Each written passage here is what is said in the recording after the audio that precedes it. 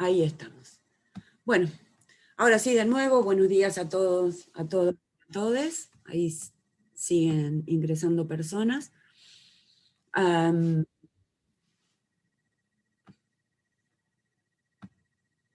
estamos. Bueno, es un encuentro medio atípico porque, bueno, les mencionaba antes que se pasé por alto el tema de habilitarles este tercer encuentro, la clase de este tercer encuentro, los materiales de este tercer encuentro, y es un encuentro complejo desde el punto de vista en el que la idea de este tercer encuentro es dialogar sobre la alteridad o las alteridades o los modos de acceder a la otredad, y desde un punto de vista filosófico, obviamente, como venimos haciéndolo. El tema es que para leer a Cuyen, que es uno de los autores de este tercer encuentro, es necesario comprender esto, no solamente la cuestión de la vida como relato, de la vida vivible, eh, sino también el tema de ese trayecto filosófico ¿Vos, que... mis auriculares están ahí abajo? Sí. Sí, yo no sé dónde están tus auriculares, pero te puedo ayudar a buscarlos. Esto de la clase en pantuflas es así. Bueno, estaba entonces en que para leer el material bibliográfico de esta semana es necesario acceder a esos conocimientos filosóficos que tanto en Cuyen como en Melich, que es otro de los autores que vamos a tener para esta semana, están de algún modo implícitos, es decir, ellos no desarrollan toda esa trayectoria filosófica que enmarca lo conceptual de sus relatos, de sus comentarios, y desde ahí es que me parece importante al momento de plantearnos el tema de los seres humanos para la vida, es decir, que somos seres para la vida. Esto es una tesis de Levinas,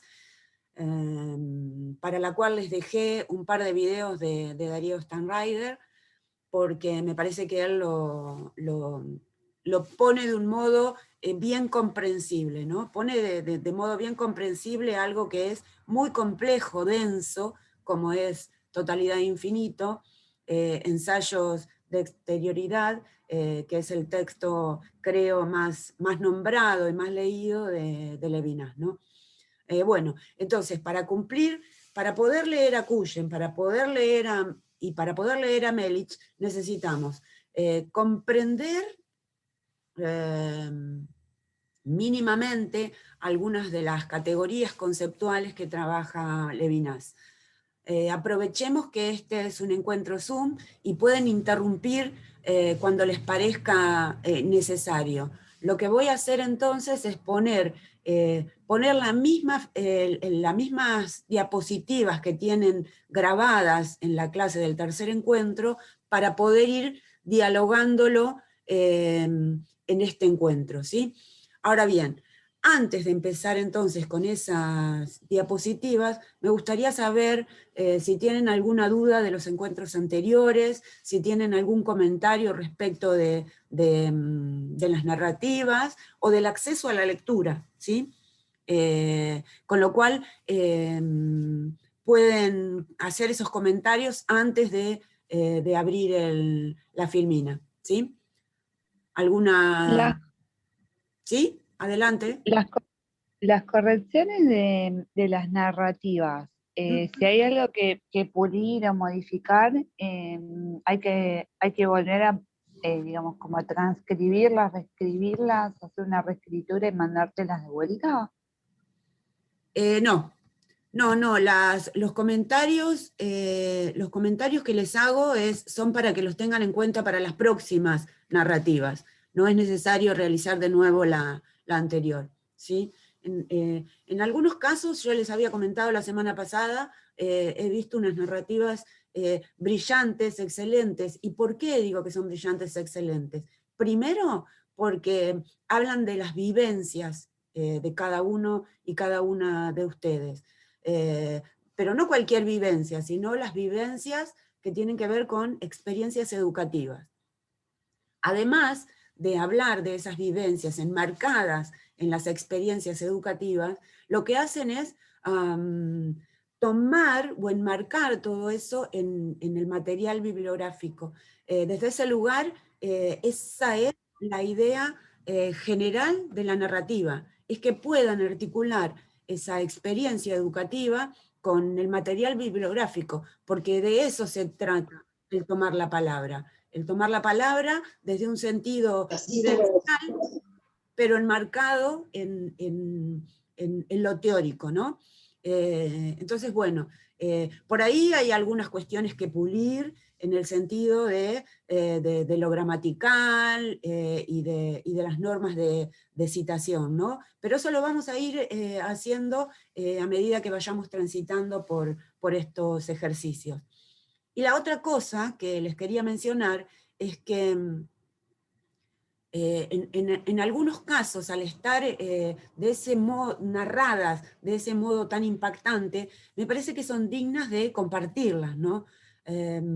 Para posibilitar esta comunicación o este compartir de las experiencias, la directora de la carrera ha pensado en algo así como una caja de herramientas, ¿no? En esa caja de herramientas iríamos a volcar esas actividades que puedan llegar a ser útiles para otras personas, para otros docentes y otras docentes en actividad y en formación, ¿no? Desde ese lugar, cuando finalicemos el taller, vamos a tratar de ir haciendo nuestras bitácoras en ese sentido experiencial y vivencial de la narrativa, y vamos a seleccionar algunas que puedan ser compartidas. Entonces, de algún modo esto parece que fuera un incentivo a que sigan enriqueciéndose no solamente de la experiencia pedagógica, sino también de lo que tiene que ver con la experiencia de la teoría, ¿no? Bueno, eso quería comentarles. Pero no la tienen que rehacer. En todo caso, al finalizar la cursada, lo que podemos hacer es hacer una revisión final de todas las narrativas y ahí sí tratar de mejorarlas, sobre todo para poder comunicarlas de la mejor manera posible, ¿no? ¿Estamos? ¿Alguna otra cuestión? No, yo te quería, porque justo dijiste, me diste pie para, igual esto es a criterio tuyo, ¿no, profe? En otro, vos decías que iban a crear como una caja de herramientas, y en otro taller, en otra materia que estoy cursando, usamos eso de caja de herramientas, en donde tenemos que hacer algo parecido a lo que vos nos planteás. Entonces, todas las semanas tenemos un foro aparte de la actividad, y ahí compartimos, digamos, lo que nosotros narramos con otros compañeros. O sea, el punto es, mi planteo es si se puede crear un foro, digamos, para sociabilizar, siempre y cuando el resto quiera, las diferentes perspectivas de lo que a nosotros nos generó cada encuentro. No sé si se entendió. Te cuento, Flor. Eso lo hicimos el año pasado y se tornó engorrosísimo, porque la mayoría de nosotros tenemos muchas actividades y no nos podemos dedicar además al diálogo en el foro. Entonces, yo lo puse en práctica el año pasado, pero resultó engorrosísimo, participaban algunas personas, siempre eran las mismas personas. Yo lo que creo es que lo vamos a compartir, pero si al final, una vez que la narrativa esté mejorada, en el sentido de poder comunicarla mejor, y ahí sí poder compartirla. Así que gracias. Marina, querías hablar. Sí, hola, ¿se me escucha bien? Porque estoy con los auriculares, ¿sí? Bien, yo quería hacer una consulta porque cuando hacemos la narrativa, ¿tenemos que citar textualmente o podemos parafrasear al autor? ¿Es válido citar textualmente o no? Bueno, Marina, la cuestión de la cita textual, obviamente, que es lo más recomendable. Lo que importa es que si uno cita textualmente, utilice las normas correspondientes, ¿no? Citar textualmente es citar no solamente el texto del que están extrayendo esa frase, sino también el número de página. Esto es muy importante. Entonces, si la cita es textual, nombre del texto, nombre del autor, todos los datos bibliográficos y además el número de página. Si es una paráfrasis, citar únicamente el texto, ¿no? Mencionándolo en esos términos. Si lo que quieren es citar el material audiovisual, ahí la cosa se nos complica un poco porque van a tener que, en lugar de decir el número de página, decir el tiempo exacto en el que escucharon esa frase, ¿no? Entonces, bueno, a tener en cuenta eso. ¿Se puede citar el material audiovisual? Claro que sí, teniendo en cuenta estas normas, ¿no? Hay... las aplicaciones nos permiten hacer esto de una manera bien técnica, bien clara. Hay un sistema en el Word que nos permite hacer esto. Si ustedes quieren, les comparto un tutorial, o pueden buscarlo en internet, que hay miles, ¿no?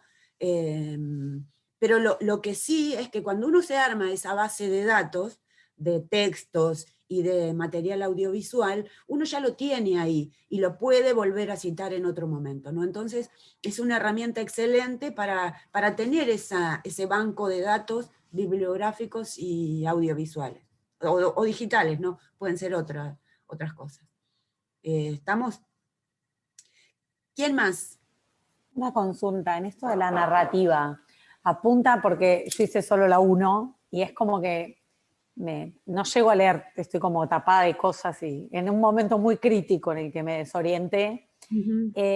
Entonces, frente a esto es poder encontrar dentro de las propias narrativas, yo partí de una imagen, entonces es como que siento que quiero ir a esa imagen todo el tiempo para volver dentro de lo que vamos leyendo. La idea es escribir así a modo de personal, digamos, lo que me pasa en primera persona y lo que voy sintiendo a medida que leo los textos para, por ejemplo, seguir repensando esa imagen. Podrías hacer. ¿Podría? Me parece una estrategia maravillosa. Digo, vos podés tener en todas las narrativas esa misma imagen y poder ir ampliando el campo bibliográfico a medida que vas reformulando no solo tu perspectiva, sino también la cuestión de la crítica, ¿no? Porque uno puede tener una hipótesis o una tesis que sea bien válida en términos vivenciales, pero lo que necesita después es fundamentarla. ¿Sí? Sí, ¿cómo hacer para salir de ahí, digamos? Porque mi imagen es bien tradicional y es como que yo todo el tiempo parto de eso, de que hay que cambiar algo. Bueno, ir como tratando de encontrar todas estas herramientas que nos dan para ese cambio, digamos, como para que se pueda producir. Transformación, exactamente. Lo que buscamos son transformaciones. Y todo el material bibliográfico nos es muy útil para poder, otra vez insisto en esto, fundamentar esas tesis o esas hipótesis, o esas transformaciones. Cuando decimos fundamentar, hay creo que se los había dicho en alguna otra oportunidad, hay un principio filosófico que se llama el principio de razón suficiente, ¿sí?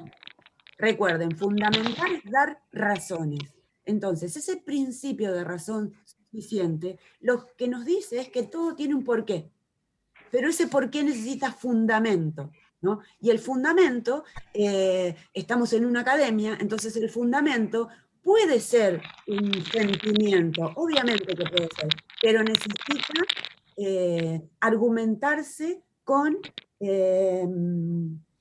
la lectura, ¿sí? Recuerden que estamos en una academia. Queremos transmitir y transformar nuestros sentires y nuestros pensares, pero necesitamos hacerlo en el marco de la bibliografía. Creo que era Daniela la que hablaba de la imagen, ¿no?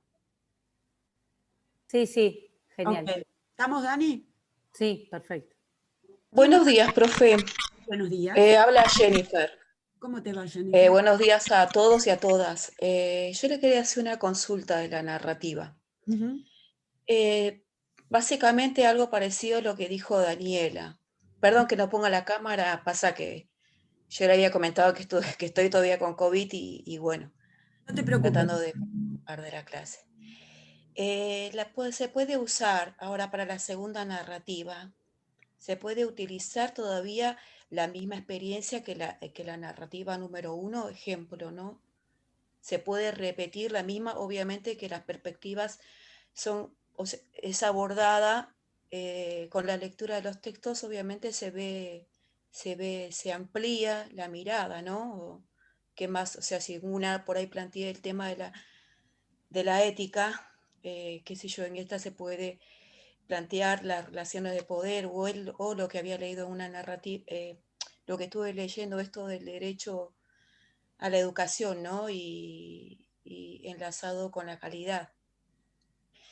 Y eso me había gustado mucho y bueno, pero quería saber si se podía repetir la misma experiencia o puedo buscar, o tiene que ser otra experiencia que yo tuve, ejemplo, no sé, se me ocurre. Cuando hablo de la experiencia, tengan en cuenta que hablo de la experiencia en este taller. Ustedes pueden tomar algún dato de una experiencia previa de sus propios trayectos escolares, pero lo importante es que la experiencia que estén narrando tenga que ver también con el taller, ¿no? Si eso tiene que ver con el taller, Jennifer, está claro que podés tomarlo, digo. Acá el punto es que vos puedas construir tu propio bagaje teórico y experiencial, ¿no? A vos te interesó lo del derecho a la educación. Perfecto, te interesó eso, tomalo desde el punto de vista de la experiencia que estuvimos dialogando, ¿no? Es decir, el derecho a la educación es un tema muy importante para el cuerpo docente. No obstante, no es un tema, no es un contenido de este taller. No es un contenido específico de este taller. Es un contenido transversal, si querés. Ahora, si a vos te interesa dialogar sobre el derecho a la educación, porque lo que te brindó el taller es la posibilidad de pensar en ese tópico, adelante, ¿sí? Esto acá tienen muchos marcos de libertad. Lo que tienen que tener en cuenta es eso, ajustar ese marco, ya voy, Rafa, ajustar ese marco a lo teórico, a lo práctico del taller y a lo que sentimos, ¿sí? ¿Estamos? Claro, lo que yo había hecho en la narrativa número 1 fue esa conjunción de todo eso, ese ensamble. Uh-huh. Pero para el taller número 2 yo no pude estar si bien está subida la clase, Uh-huh. pero no pude participar de la misma, porque bueno, todavía sigo en cama y bueno, el sábado pasado no me sentía nada bien. No te preocupes, Entonces fue... mencioná que no estuviste en el diálogo y ya, no te preocupes, ¿sí? Está buenísimo, gracias, profe. Todas las devoluciones individuales se las voy a ir dando a cada uno y cada una. ¿Estamos? Entonces, lo que puedo hacer si quieren, bueno, ahora tenemos el grupo de WhatsApp. Si tienen dudas, pueden escribir ahí y las evacuamos entre todos y todas. ¿Está? Bien. Buenísimo. Rafael. Acerca también, ya me saco esta duda por si está mal no seguir por el mismo camino. Uh-huh. Acerca de la corrección de la primera, el uso de la bibliografía, porque la primera narrativa la hice, fue como azarosa. Uh-huh. Acerca de la segunda narrativa, leí Foucault, leí el texto de usted, recuperé algunos conceptos vinculados desde el texto de Foucault a las controversias, las normas, y del texto de usted recupero los conceptos también, las relaciones entre las normas, la organización social, y algo que a mí me llamó la atención, o me gustó, los conceptos de ponerse y anteponerse. Entonces yo usé un poco la relación que hay entre las normas, la organización social y la idea de ponerse y anteponerse como categoría de análisis de la realidad, e hice una crónica utilizando esos conceptos. Y al final, obviamente, cito que leí y de dónde lo saqué. inventé yo. Ese es el camino que estoy siguiendo, y quería que me digas si más o menos eso era pertinente.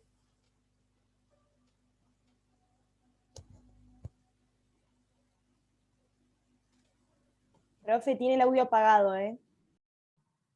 Es que lo apago por los ruidos que hay acá y después no lo puedo desconectar.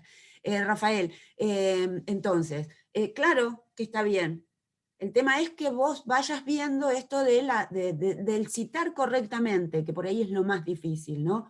Por eso les hablaba que ahora, en todo caso, después les comparto un tutorial sencillo en el que ustedes pueden ir haciendo su banco bibliográfico y después lo único que tienen que hacer es un clic para poder utilizarlo. Pero yo no la parafraseo a usted. Tomo los conceptos del texto y que están inmersos en la línea narrativa. Sí cito al final, a partir de qué lecturas fue escrito con las normas pertinentes. Bueno, ¿Puedo aportarle algo al compañero? Perdón que interrumpa. Lo único que te puedo decir ahora, Rafael, es voy a tener que leerlo para poder ver, ¿sí? Para poder darte una respuesta más clara. Lo que te puedo decir ahora es, digo, esta cuestión del ponerse y el anteponerse tampoco es mía, sino que es de Rubén Dri. Entonces es como un campo complejo el de pensar, ¿no? Bueno, cuando lo leas vas a ver que te va a gustar, estoy seguro. Perfecto, igual hasta ahora me vinieron gustando muchísimo. Así que además es tan sentiente esto del ponerse y anteponerse, ¿no? Que es genial. ¿Alguien quería aportar algo por ahí? Profe, ¿me retira 10 minutos? A ver, ¿quién era quien quería aportarle algo a Rafael? Yo. Rafael, cuando vos pones la bibliografía al final, es bibliografía utilizada. Cuando vos usás la cita y el parafraseo es mientras estás escribiendo, por una cuestión básicamente del plagio, o sea, es por eso que citamos. Si vos parafraseás, ese concepto no es tuyo, entonces vos sí o sí tenés que poner el parafraseo, o sea, el apellido del autor y entre paréntesis el año. Claro, ¿sí? claro. Y si pones una frase completa, es entre comillas, con el apellido del autor, el año y el número de página. Lo que vos pones al final en realidad es bibliografía utilizada. Claro. Que me parece a mí que no corresponde para la narrativa, que es de una hojita. Eso correspondería en un trabajo cuando tenga introducción, bueno, toda la estructura de un trabajo por ahí más monográfico. Pero, lo que pasa que uso términos muy específicos y alguien que leyó antes decía, pero este lo saco de acá. Pero claro, pero justamente tenés que hacer eso. Por eso al final puse de dónde lo sacas. Leído de acá. Bueno, no corresponde a la estructura APA, ese es el tema. No. Está con la estructura APA, claramente. Sí. Bueno. O sea, los formatos son pertinentes. Sí, gracias, Betiana. No, de nada. Profe, me retiro 10 minutos, enseguida vuelvo. Ok. Me desconecto y ahora te pido la solicitud para ingresar de nuevamente. Ok, hasta luego. Hasta luego. Bueno, ¿alguien más? Profe, sí, acá Gloria, buen día para usted y para todos. Ya que estamos con esto de las narrativas, me surge la siguiente duda. ¿Nosotros podemos ir cambiando por ahí el formato? Yo vengo haciendo una crónica, digamos, bien narrativa, y de pronto, no sé, un día se me ocurre irme para el lado de la poesía, el texto poético. ¿Puedo hacerlo o tengo que seguir en la misma línea? No. Vos podés ir tomando, después a lo último, en todo caso, harás, buscarás el hilo conductor y verás cómo acomodarlo. Sí, lo poético, lo metafórico, dice mucho más de lo que puede decir una oración corriente, ¿no? Desde ese lugar la poesía es bienvenida, es lo que estamos tratando de hacer, ¿no?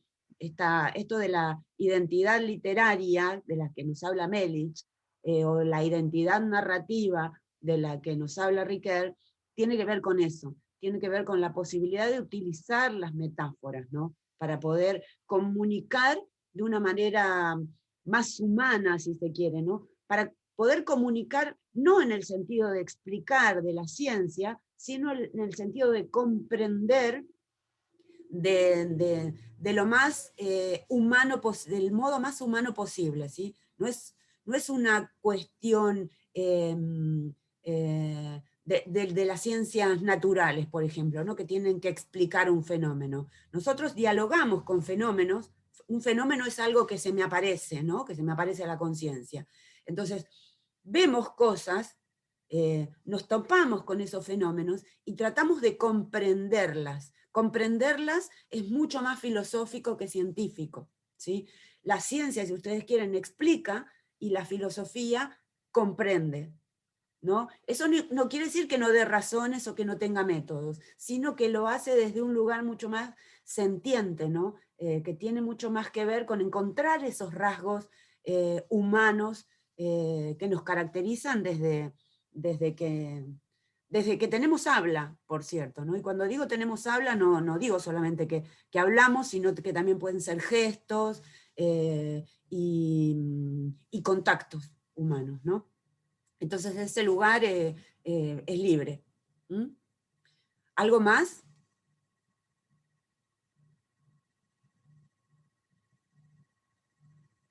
¿Estamos? Bien. Entonces, damos inicio sintéticamente, no sé qué hora es. A ver si podemos remontar lo del encuentro de hoy. Ustedes pueden abrir el micrófono cuando quieran y pararme en el sentido de si hay algo que necesita un comentario un poco más intensivo, ¿sí? Entonces, a ver, vamos a ver. Ahí vamos. Bueno, entonces, los propósitos de este tercer encuentro tienen que ver con comprender diversas versiones sobre la alteridad, ¿sí?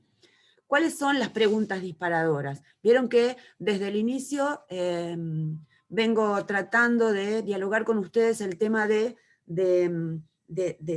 cómo plantear un taller pedagógico, ¿no? Entonces, desde ese lugar, esto de comprender las diversas versiones sobre la alteridad, me parece que vale hacérselo con una pregunta disparadora, ¿no? Entonces la pregunta que les pongo es, por ejemplo, ¿cómo se manifiesta el otro o la otra? ¿Sí? Es una teoría nociológica, es decir, tiene que ver con el acceso al conocimiento de modo teórico, o hablamos de un tema más bien ético, aunque detrás está la teoría, pero estamos frente a una cuestión comunicacional en torno a un campo de valores de tipo ético, ¿no? Entonces, ¿cómo se me manifiesta el otro o la otra? ¿Sí? Esa es la pregunta del encuentro de hoy. Desde ahí vamos a identificar temas básicos de la obra de Levinas. Van a leer a Levinas, lo puse como bibliografía complementaria, porque Levinas es muy críptico en lo que escribe, y es críptico porque es metafórica muchas veces su narrativa. Entonces me parece que vale tenerlo como bibliografía complementaria, pero sí leer a Kuyen y a Melich. Bien, entonces, ¿cómo se me manifiesta el otro? O la otra, ¿no? ¿Cómo se me manifiesta la alteridad? Y vamos a tener que empezar, sí o sí, por aquella vieja tradición moderna que viene de la mano de Descartes o de Descartes, como más le quieren llamar, y que tiene que ver con la subjetividad. Una palabrita que solemos usar mucho, pero que a veces no comprendemos bien. Les pido a quienes tengan el micrófono abierto que por favor lo cierren, a menos que tengan que decir algo. Entonces, decíamos que vamos a iniciar entonces este recorrido por el acceso a la alteridad desde el punto de vista de la subjetividad cartesiana, ¿no? Entonces, ¿qué es lo que piensa Descartes? ¿Qué es lo que nos propone Descartes? Descartes en principio está imbuido en un mundo en un mundo prácticamente atento a la autoridad bíblica, atento a las lógicas, de algún modo, que tienen que ver con silogismos, ¿no? Digo, el ejemplo más claro que se suele poner esto de que por ahí alguien, para decir, para comunicar su teoría, usaba este tipo de silogismo. Un silogismo es algo cuya respuesta está presente ya en la primera premisa, ¿no? Y entonces llegaban a decir, en esa época, allá por el 1600 y tanto, que si tenían que explicar o comentar por qué el opio hace dormir, la respuesta era porque tiene propiedades dormitivas. Entonces, eso es un silogismo, ¿no? Es como que la conclusión está presente ya en las premisas. Entonces, lo que va a buscar Descartes es tratar de destruir ese modo de comunicar al que se destinaba en su tiempo. Destruir lo viejo, entonces, implica derribar toda esa forma de conocer que había en su tiempo. Por ahí en algún lugar dice, me enseñaron todo mal, ¿no? Algo así como que parece que nos estuviera dando un recurso poético, me enseñaron todo mal. Bueno, eso está mal, lo critico, lo derribo, ¿sí? Y para derribarlo necesito esa base metodológica. El destruir lo viejo está vinculado entonces a un método, ¿sí? ¿Cuál es ese método? El método es el de la duda, ¿sí? Pero no es una duda irracional, sino que es una duda metódica, ¿sí? No utiliza la duda por el dudar y nada más. Recuerden, es un modo es un método, si se quiere, para poder destruir ese edificio educativo que existía en su época y luego tratar de construir uno nuevo, ¿no? Entonces, lo que encuentra es esta posibilidad de la duda metódica, que es una duda hiperbólica en el sentido de que es una duda radical, aunque no duda por dudar, sino que tiene un cometido, derribar lo viejo para poder incorporar lo nuevo.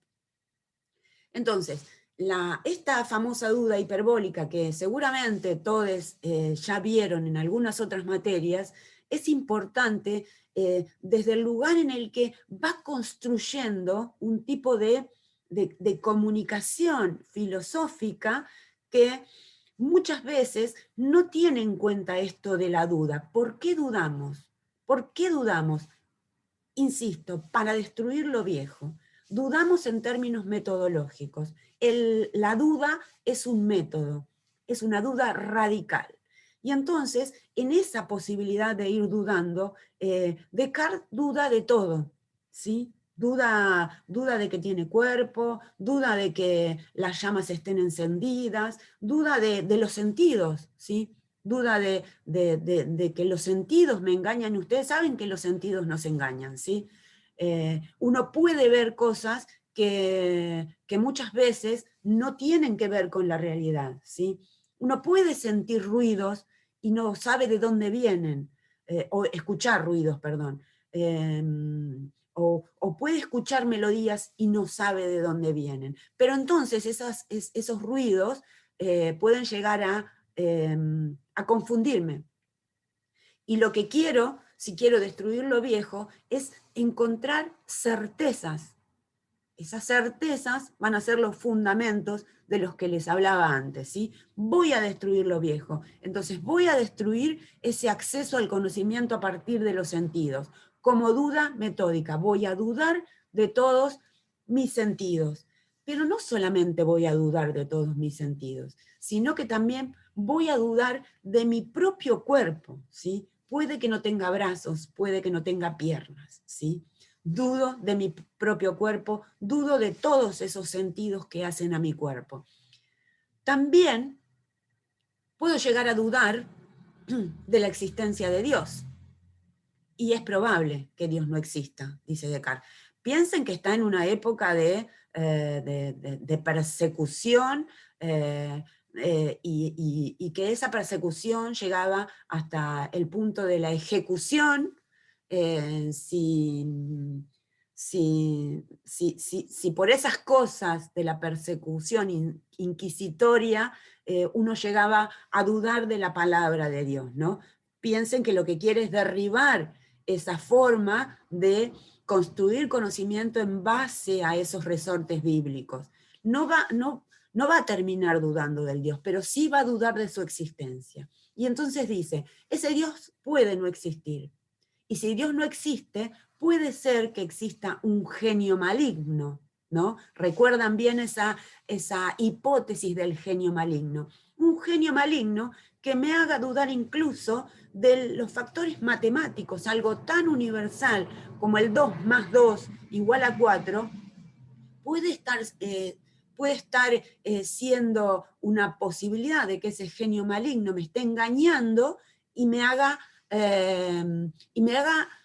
encontrar una certeza donde no la hay. Entonces dudo de los sentidos, dudo de la existencia de mi cuerpo, dudo de la existencia de Dios, dudo de la matemática.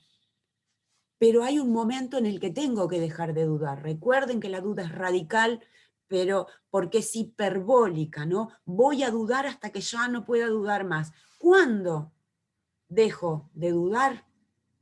Cuando ya no puedo superar esa duda. Y esa duda la encuentra Descartes en el pensar. Hay algo de lo que no puedo dudar, y es en que estoy pensando. Y si estoy pensando es porque soy, ¿no? Y ahí empieza a reconstruir de nuevo.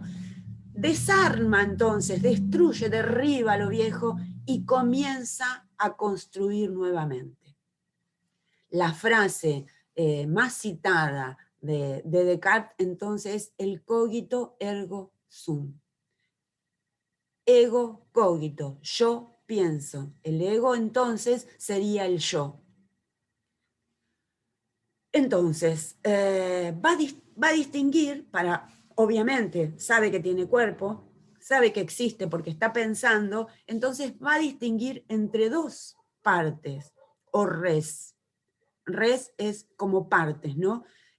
La res extensa, que vendría a ser el cuerpo, y la res pensante, que vendría a ser la mente. Entonces, ¿cómo accedemos a la otredad, según Descartes? A partir del cogito, a partir del pensamiento del yo. El cogito, el pensar, tiene que ver con que yo soy la que pienso, o yo soy el que pienso, ¿sí? Entonces, ese es el descubrimiento, si ustedes quieren, dicho muy sintéticamente, dicho muy burdamente, de la subjetividad. Accedo a la alteridad a partir de mi propio yo. ¿Estamos hasta aquí? Pero pregunto. Sí, pregunto. Acá Descartes sí hace esta distinción entre cuerpo y mente, digamos, separándola como que no sos como que el todo está dividido en dos partes. Sí. Como que el ser humano está dividido en dos partes. Cuando yo pienso en la alteridad y cuando pongo en palabras, cuando pienso en un otro, otra, estoy pensándolo sin separar estas partes. Digamos, hoy la persona, la construcción de la subjetividad se construye en un todo donde cuerpo y mente se ensamblan, digamos, como que dejamos de vernos cuerpo por un lado, mente por el otro. Bueno, sí, es cierto, pero todavía Descartes no lo conoció. Está bien, o sea, estamos como solamente pensando en él en su época histórica, digamos. Podríamos traspolar qué sucedería hoy si siguiésemos parados en este paradigma, o si siguiésemos, por ejemplo, educativamente pensando en que el cuerpo y la mente son dos cosas separadas. Lo que estamos buscando es cómo accedemos a la alteridad. Y lo que yo les estoy diciendo ahora, Dani, es Descartes, si vos le preguntás cómo accedo a la alteridad, te va a decir a partir de mi propio yo, a partir de mi yo pensante. Yo encuentro a la otredad en conjunto, en relación, como decís vos, pero la pienso a partir de mí. Soy yo quien piensa al otro, no el otro quien me piensa a mí. ¿Se comprende esto? Esto es puro Descartes. Por eso, yo pensante, o sea, para él es su mente la que lo encuentra al otro. Exacto. No es su cuerpo. O sea, por eso hace esta distinción.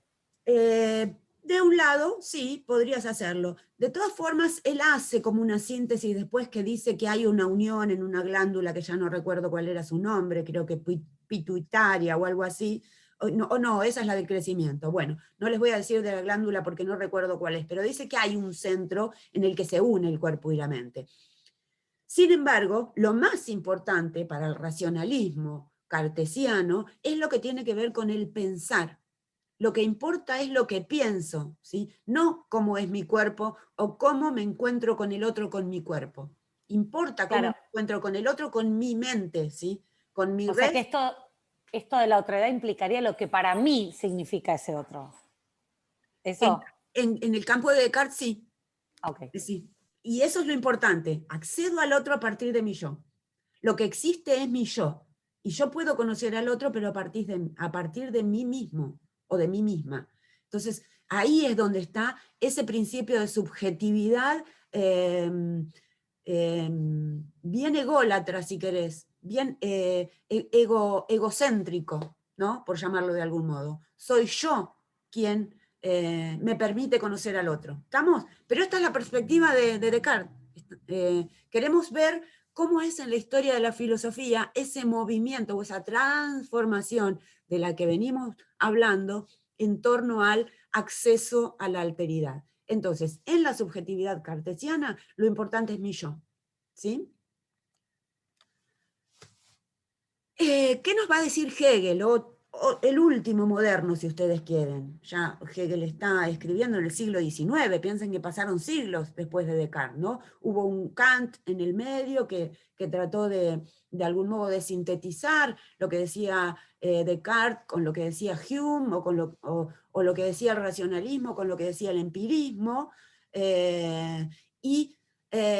Kant entonces lo que hace es, al sintetizar eso, si ustedes quieren, inventa el constructivismo, porque quien va a construir el objeto de estudio soy yo también, el que va a investigar, o la que va a investigar, y desde ese lugar deja como en sentido trascendental aquello que no podemos saber ni conocer y solamente lo podemos pensar, que vendría siendo Dios, la libertad y el mundo. ¿Sí? Tres conceptos que no les quise poner para no enroscarlos tanto, pero no podía pasar derecho a Hegel sin comentarles ese famoso descubrimiento de Kant que es el constructivismo. Perdón. Entonces, contra el racionalismo y contra el empirismo, Kant va a unir esas dos posturas nociológicas y va a construir su dialéctica trascendental. Sin embargo, esa dialéctica trascendental deja fuera la posibilidad de conocernos en el sentido de conocernos como seres libres, ¿no? En el sentido de conocernos como relaciones humanas. Y entonces Hegel, criticando lo que decía Kant, lo que nos va a decir que el acceso a la otredad, de algún modo no lo dicen estos términos, obviamente, recuerden que estoy haciendo una transposición didáctica para tratar, para llevar esto al modo más coloquial posible. Hegel va a decir que el acceso a la otredad es un acceso objetivado. ¿Cómo es esto? Creo que ya lo habíamos mencionado antes, lo vamos a decir sintéticamente. Hay para Hegel, entonces, un primer momento de acceso al yo. Ese primer momento de acceso al yo y a otros yoes, en sentido bien cartesiano, en sentido de una subjetividad individual o una subjetividad individualista, hay entonces un primer momento de acceso a ese fenómeno, que es el yo, a partir de una conciencia subjetiva. Eso es lo más micro, entonces, del modo de acceso a la alteridad, accediendo a mi propio yo. ¿Sí? Entonces, ese primer momento de la conciencia subjetiva es el acceso al yo. Esa subjetividad individualista a modo radical y racional que nos venía mostrando Descartes anteriormente. sabemos que hay una dialéctica acá, ¿no? Que si yo tengo una tesis que es la conciencia subjetiva, vamos a tener ese otro momento o ese segundo momento, ese momento de la negación que tiene que ver con la conciencia objetiva para Hegel. Entonces voy a articular esa conciencia subjetiva, que soy yo misma, con la conciencia objetiva. ¿Quién sería esa conciencia objetiva o dónde encontraría el fundamento de la conciencia objetiva Hegel? En la familia como institución, ¿no? Como las instituciones. En la familia, en la institución de las leyes y en la institución del Estado. Institución en el sentido de cuerpo normativo, ¿no? Desde ese lugar, entonces, la familia vendría siendo el momento dialéctico entre un yo individual y otros yoes, mucho más objetivos, ¿sí?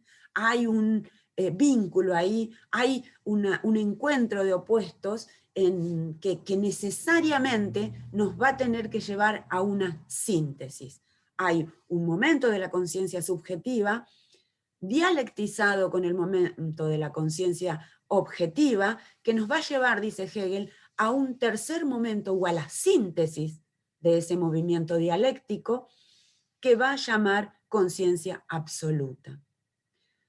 Esto de la conciencia absoluta sería lo que tiene que ver con el arte, la filosofía y la religión. Esto es Hegel en crudo y dicho muy burdamente.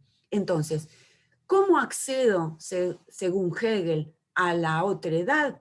A partir de objetivarla, la pongo en el lugar de objeto, y eso es lo importante. En el lugar de objeto porque la pongo en la familia, en las leyes, en el Estado. Y desde ese lugar encuentro a esos otros yoes, ¿no? Entonces, de algún modo, se corre de esa subjetividad individual, pero se corre hacia una subjetividad absoluta, si ustedes quieren, en el sentido de que el conocimiento profundo, el conocimiento radical y el conocimiento más alto va a estar dado desde lo que tiene que ver con el estudio del arte, desde lo que tiene que ver con las teorías filosóficas y fundamentalmente lo que tiene que ver con la religión, ¿no? Entonces Dios va a seguir estando ahí, dando la pauta de cómo accedemos a la otredad. Accedemos a la otredad en términos de alter ego, nuevamente, hay otros egos, pero que los puedo objetivar en las instituciones. ¿Estamos hasta ahí? Recuerden, esto es una transformación de cómo accedemos a la otredad. Estamos buscando cómo llegamos a Levinas a partir de todo esto. Un autor que va a denunciar toda la tradición positivista y toda la tradición más dura de la ciencia y la filosofía positivista es Husserl.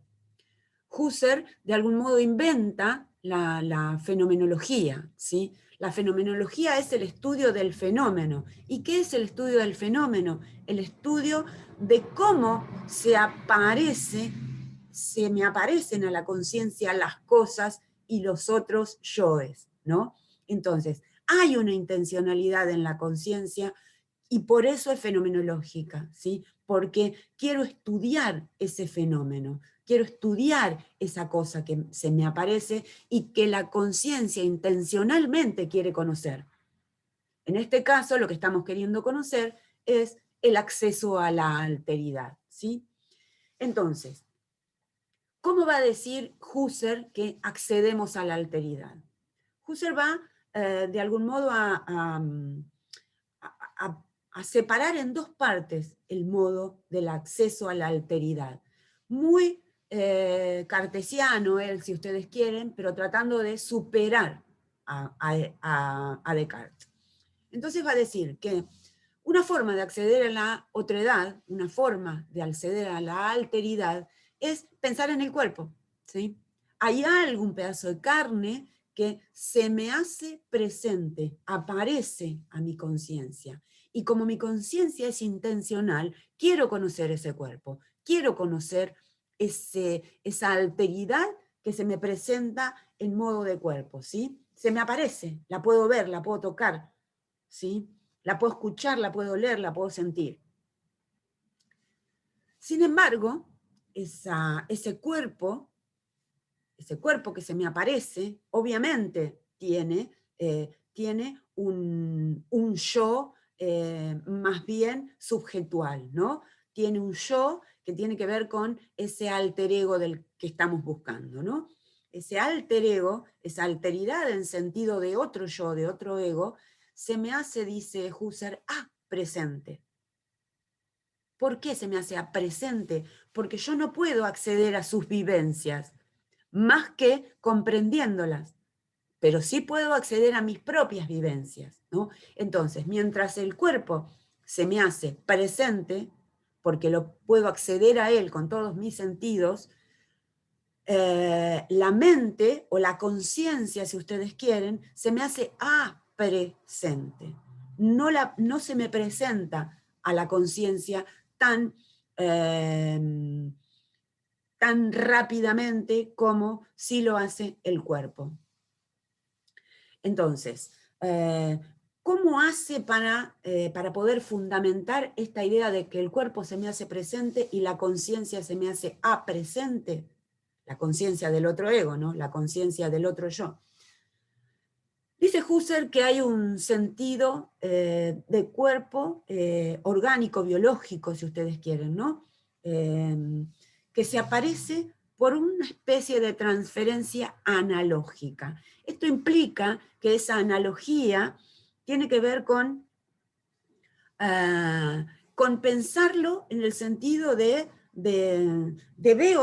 cómo veo mi cuerpo y de cómo veo el otro, ¿no? Hay una analogía ahí, y esa analogía se fundamenta, si ustedes quieren, en algo erótico, no en el sentido del erotismo que tenga que ver con la perversidad, sino en el sentido del erotismo que tiene que ver con el enamoramiento, ¿no? Ese cuerpo se me aparece porque incluso puedo enamorarme desde el punto de vista de que ese otro es igual a mí, estableciendo analogías. Hay una transferencia analógica entonces que se produce por una especie de cópula erótica o una especie de cópula en el sentido del enamoramiento de ese otro yo que se parece tanto a mí, o que de algún modo tiene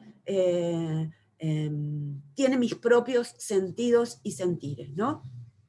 Ahora bien, el sentido del otro, entonces, como se me aparece únicamente en el sentido corporal. No puedo acceder al otro,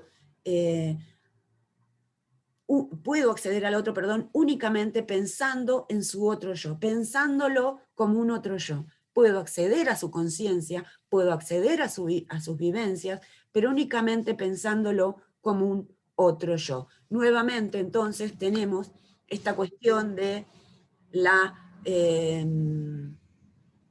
perdón, voy a tener un poco, tenemos esta cuestión de, entonces, del acceso a la alteridad a partir de un otro yo. Otros yoes están a mi alrededor. Creo que me estoy quedando sin batería. ¿Alguna consulta hasta ahí? Entiendo que es complejo, entiendo que van a tardar, les dejé otra clase grabada en el aula.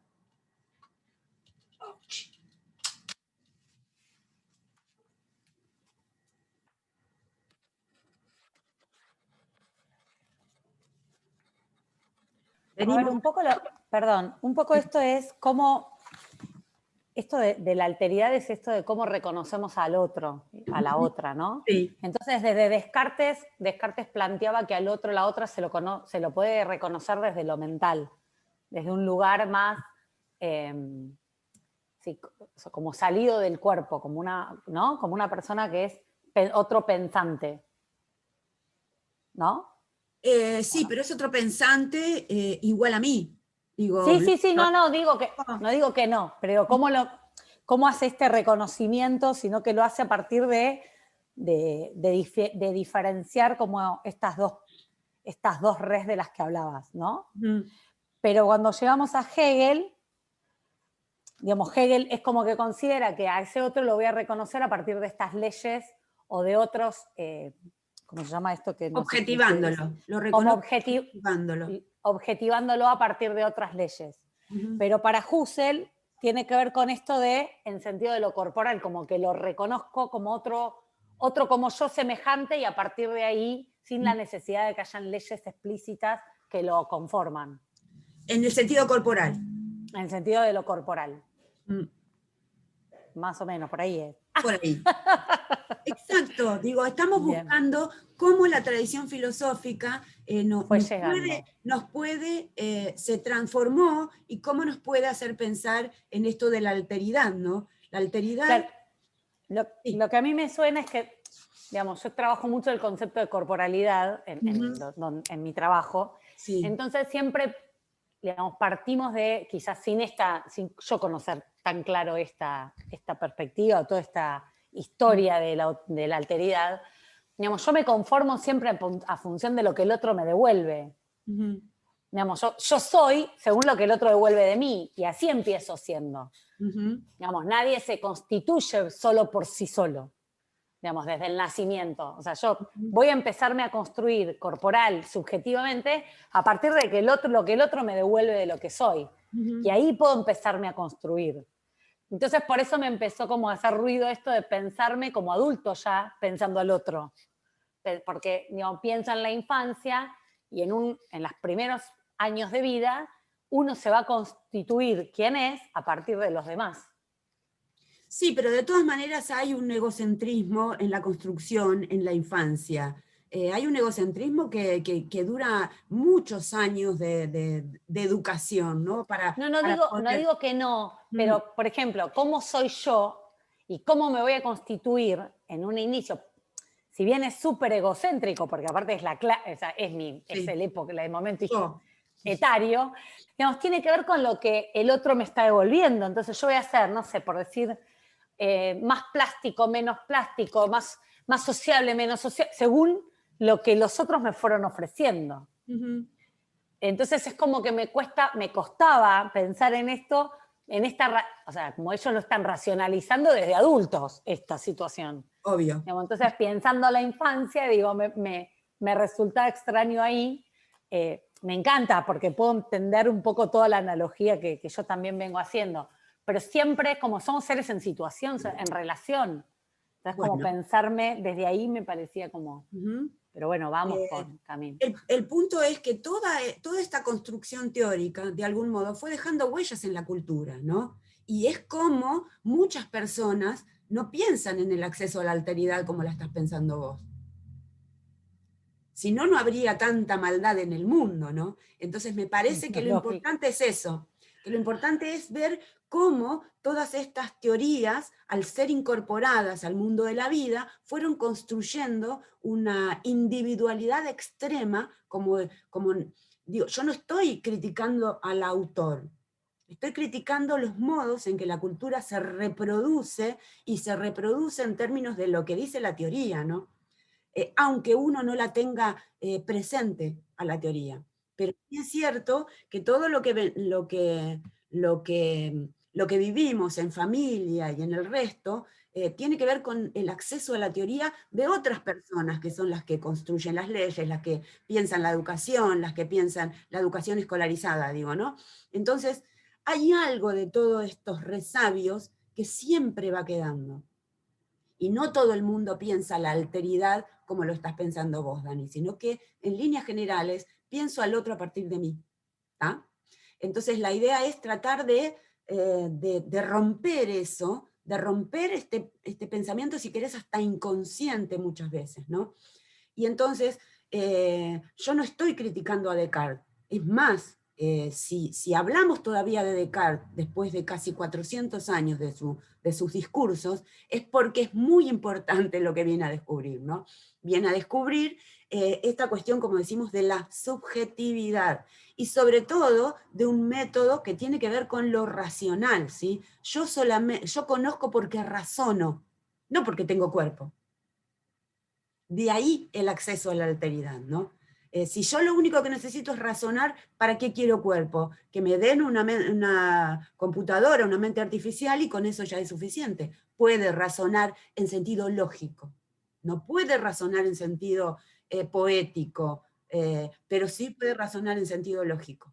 Es más, y lo hacen, ustedes saben, las formas que pueden, las cosas que pueden llegar a resolver los ordenadores.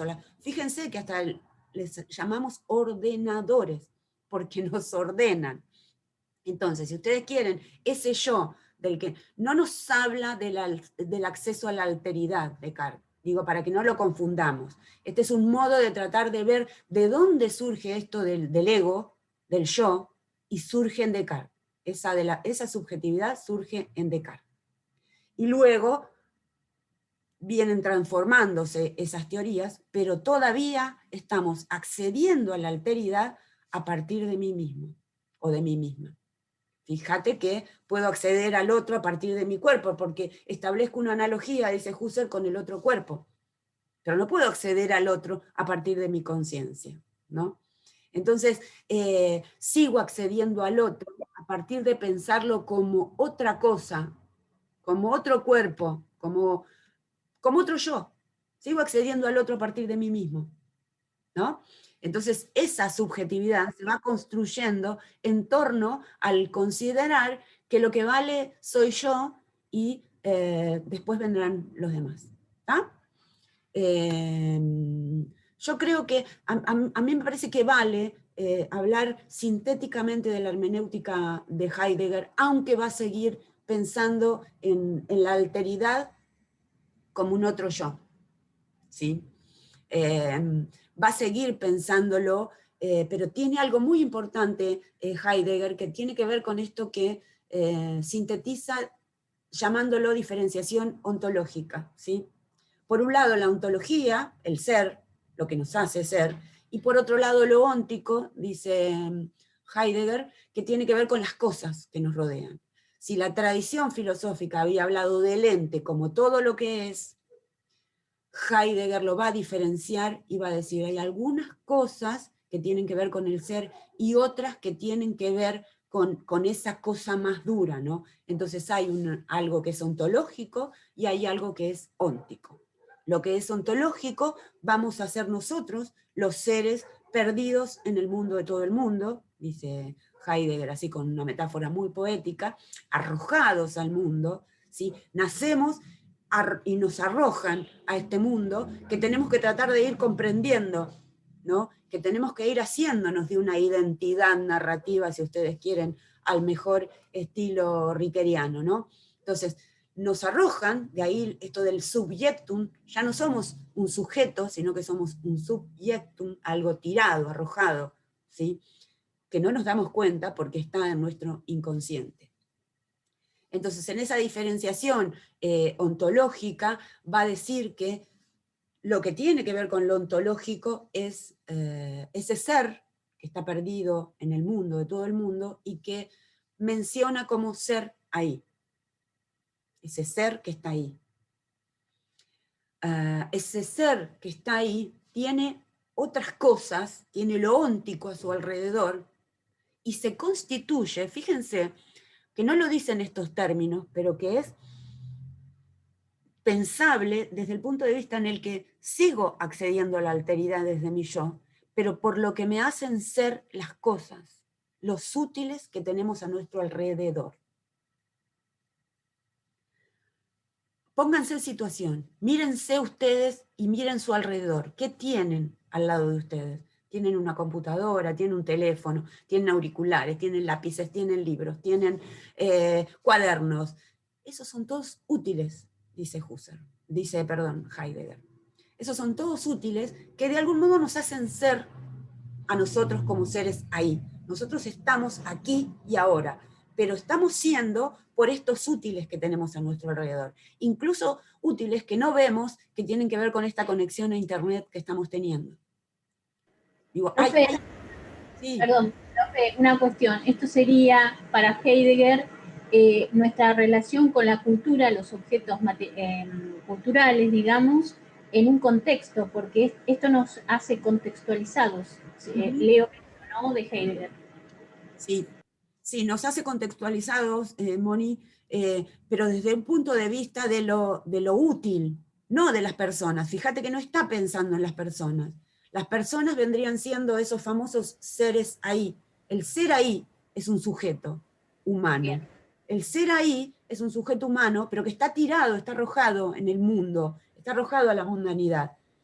Y en ese estar arrojado a la mundanidad es con otras cosas, también con otros seres ahí, pero es en principio un ser ahí, yo.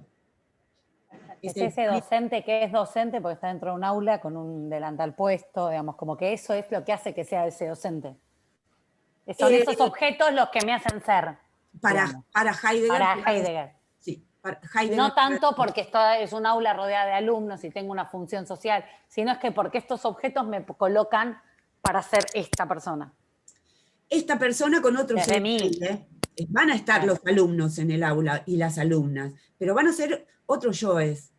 Claro. Van a ser otro ser ahí, ¿no? Que individualmente.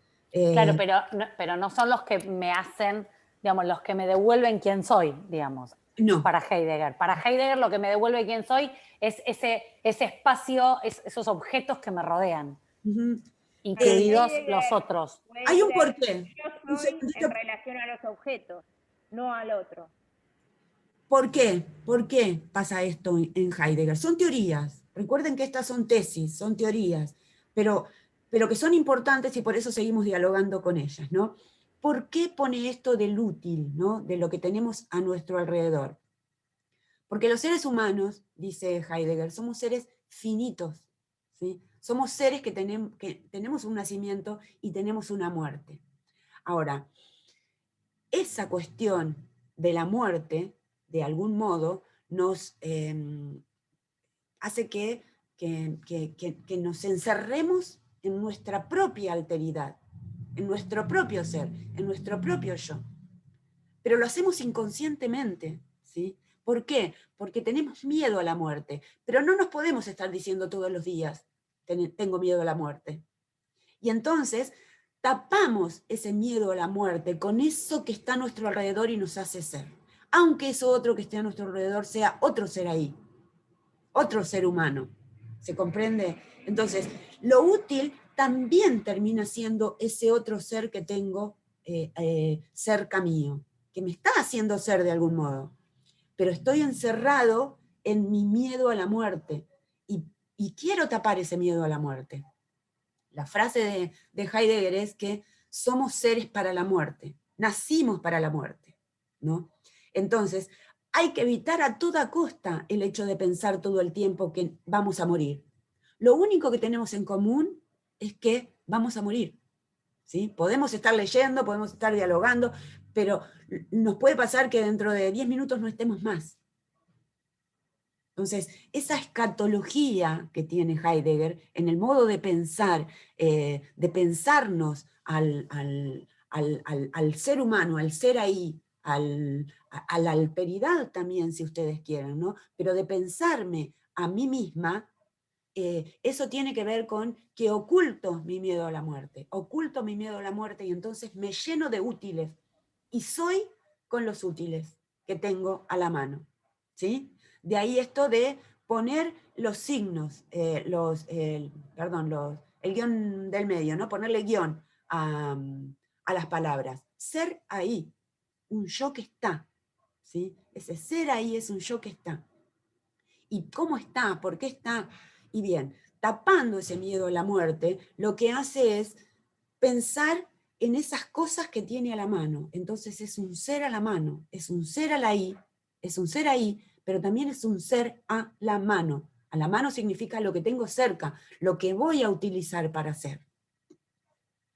Hay un momento, si ustedes quieren, en el que viene lo más existenciario de la hermenéutica heideggeriana, que tiene que ver con el momento en el que la gran angustia, la angustia como estado de ánimo, la angustia es un miedo, pero es un miedo irracional, si ustedes quieren, porque es un miedo que no tiene, no es un miedo que sabe a qué le teme, sino que es un miedo que tiene miedo en líneas generales. Ese miedo en líneas generales es el miedo a la muerte, ¿sí? Entonces, cuando uno filosofa, si ustedes quieren, en estos términos, cuando uno filosofa, en el campo de la finitud, pensando, ¿no? Pensándose como una existencia, como un algo que existe, que vive y que vivencia, no da cuenta de esos útiles que están a la mano, no da cuenta de esos seres que tiene a la mano. Pero cuando uno quiere encontrar la causa de esa angustia, va a decir Heidegger, es que pone esos objetos entre paréntesis, pone los útiles entre paréntesis, los deja de lado para poder pensar desde el punto de vista de, como les pongo acá, ser ante los ojos, ¿sí? Si yo pongo entre paréntesis todo ese mundo de cosas que hay a mi alrededor, lo que puedo llegar a hacer, esta es algo así como una analítica, de análisis existenciario, ¿no? Heidegger de algún modo está analizando ese ser, ¿no? Ese ser ahí, ese ser humano, si ustedes quieren, esas alteridades que están a nuestro alrededor. Pero se está analizando a sí mismo en el sentido de pensar qué es lo que tenemos en común, ¿no? El resto de los seres humanos. Y entonces, esa angustia es la que de algún modo moviliza, me pone esos útiles entre paréntesis, y es el momento en el que aparece la necesidad de ponerle nombres a las cosas. No lo piensen como algo concreto. Esto es una teoría que estamos tratando de dialogar para poder comprender esta cuestión de las alteridades, ¿no? Si ustedes quieren, lo que pueden hacer es hacer su propia analítica y ver qué pasa cuando ponemos entre paréntesis esos útiles que tienen a su alrededor, ¿no? ¿Qué les pasa cuando se quedan sin el celular? Uno entra en pánico cuando se queda sin el celular, como si el celular nos hiciera ser, ¿no? Entonces digo, por eso es muy interesante poder pensar en esta teoría. Entonces, cuando ponemos entre paréntesis los objetos recién dejan de estar a la mano y me aparecen a los ojos, ¿sí? Y ahí es donde comienza el giro lingüístico, si ustedes quieren, que va a tener que ver con el habla y con la palabra, ¿no? La palabra que tiene que ver con los gestos. Sí, aquí hay Mónica, estoy pensando que es como que cuando somos arrojados al mundo, los objetos nos vienen como así en masa, ¿no? Por así decir, en un caos. Y cuando yo los empiezo a pensar en esta pausa que hago, los empiezo a definir con el nombre porque yo se los pongo. Es como estoy utilizando mi reflexión, mi conciencia, para ponerle nombre a las cosas, y ahí las tienen... Ay, se nos perdió Mónica. Tienen sentido para mí, digamos, ¿no? Pienso en eso, ¿no? Sí. No sé si se entendió. Sí, se entendió, pero por lo menos yo entendí lo que estás diciendo, y es un modo de acercarte a lo que nos enseña Heidegger en sentido muy coloquial, digo, insisto en esto. A mí me parece que vale pensar en Heidegger porque nos permite establecer esa diferenciación ontológica, ¿no? Esto que tiene que ver con otros seres ahí, pero también con las cosas que tenemos a nuestro alrededor, ¿no? Y es necesario ponerlas entre paréntesis para hacernos un autoexamen, si ustedes quieren. De todas ¿Puedo maneras... intervenir, profesora? Sí. Silvia soy. Hola, Silvia. ¿Qué tal? Bueno, buen día para todos. Yo particularmente voy a contar lo que me pasó a mí, ¿no? Mi experiencia. Que es tal cual todo lo que dijiste hasta ahora. Yo hace 2 años, voy a contar algo muy personal, pero que tiene que ver absolutamente con Heidegger. Hace 2 años tuve una crisis de angustia, y bueno, me diagnosticaron trastorno de ansiedad. Estoy en tratamiento todavía, pero es eso básicamente. Es muy difícil de explicar, es algo muy filosófico. Yo a partir de lo que me pasó, estoy relacionando todo lo que me ha pasado desde chica, y evidentemente ahora recuerdo que desde muy chica tenía esta conciencia de la finitud. Eso es lo que me llevaba a la ansiedad, que bueno, que uno lo va tapando con la vida, con todo lo que nos va pasando. Utilizamos, como dice Heidegger, cosas para quitarnos ese miedo a la muerte, pero bueno, evidentemente en mí, cuando empiezo a adentrarme en la filosofía a través de textos que de forma casual llegaron a mi mano, me di cuenta que tenía absoluta relación con lo que me estaba pasando. Y el camino filosófico me fue llevando a, si se quiere, a distraer ese miedo a la muerte. Esta cosa de razonar y sobre todo, yo veo que me está salvando un poco, entre comillas, el lenguaje, justamente lo que estás diciendo. Yo noto que a partir de este quiebre que hice de darme cuenta de lo que me estaba pasando, que me había pasado siempre, el lenguaje me está ayudando a encontrarme y encontrarme con otros. Que no es casualidad que, bueno, también me encuentro con las mismas ansiedades en otras personas, pero que bueno, que de repente yo noto que estoy más consciente a partir de lo que me pasó, ¿no? Pero creo que es eso lo que nos da la filosofía, esa calma o esa distracción que me parece fantástica de abordar. Nos ayuda a conocernos y a conocer al otro. Eso nada más. Por lo menos a analizarnos, autoanalizarnos, ¿no? Desde el punto de vista de la filosofía, ¿no? Fíjense que veníamos hablando de fenomenología, y lo que hace Heidegger es una fenomenología hermenéutica. El sentido de hermenéutica es interpretar, ¿no? Lo que hacen los métodos hermenéuticos es basar una interpretación en un análisis, ¿no?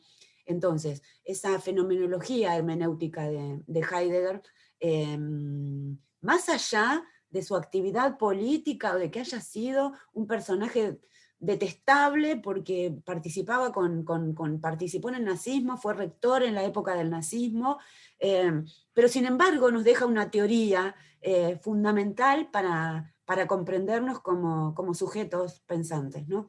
Entonces me parecía que valía hacer esta transposición didáctica y ponerlo en algo mucho más cotidiano.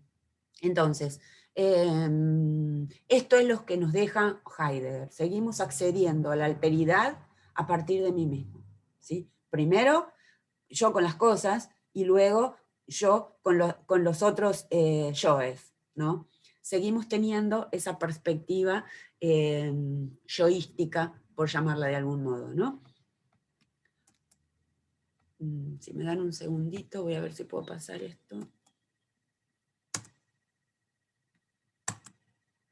Bueno.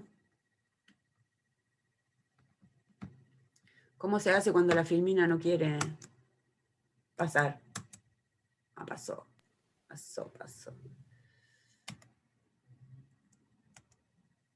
Ahí vamos. Bueno, llegamos al último autor, que justamente es el que va a revolucionar todo lo que vinimos diciendo, ¿no? Este es el que más le va a gustar a Dani, porque está pensando en el acceso a la alteridad de un modo distinto. Ahí les dejé un par de videos, creo, de Darío Zeta, que bueno, ustedes saben que es mucho más ameno para hacer estos comentarios tan duros que tienen que ver con la alteridad en sentido levinasiano, ¿no? Levinas fue también, igual que Heidegger, alumno de Husserl. Entonces está embarcado en esa corriente fenomenológica, ¿no? Pero Levinas tuvo una vida tremenda porque estuvo en un campo de concentración. Y al salir de ese campo de concentración, escribió este maravilloso libro que se llama Totalidad e Infinito, ensayo sobre la exterioridad. La totalidad, de algún modo, es el todo de la filosofía. La filosofía siempre busca universalizar los conocimientos y desde ese lugar es un tipo de saber totalitario, ¿no? Y bueno, y esto tiene que ver, esta cuestión de ponerle lo infinito, de hablar de la finitud humana, ¿no? De algún modo piensa en la finitud, igual que Heidegger, pero se opone totalmente a lo que a la analítica ontológica de Heidegger. Entonces, esto de que sean ensayos sobre la exterioridad, este subtítulo del texto, nos habla de que todo lo que está en la exterioridad está pensado en términos del que sufre, ¿no? Lo exterior es todo lo que sufre. ¿Y por qué esta posibilidad de pensar el que sufre? Porque el sentido del otro, y acá lo novedoso de Levinas, no viene de mí, no viene de mi yo, sino que viene del otro. El otro es el que me permite acceder a la alteridad. El otro o la otra es quien me permite ese acceso a la otredad. Entonces el sentido viene del otro hacia mí, ¿sí? Viene del exterior hacia mí, no viene desde mi interior. ¿Y por qué pasa esto? Porque hay una experiencia del encuentro con la alteridad.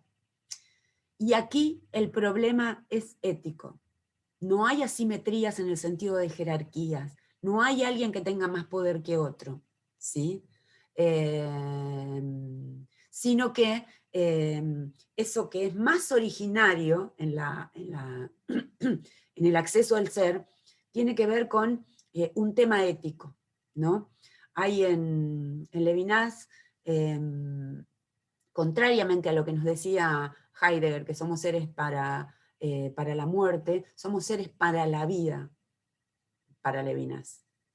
Entonces se para desde otro lugar, se para en el lugar de que el acceso a la alteridad no es algo que yo pueda decidir, sino que es algo que el otro decide.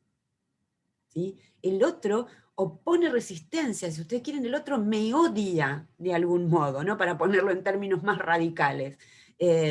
Y si el otro me odia, no me va a permitir que acceda a su ser, a su yo. Entonces, no me permite acceder. Y ahí, de algún modo,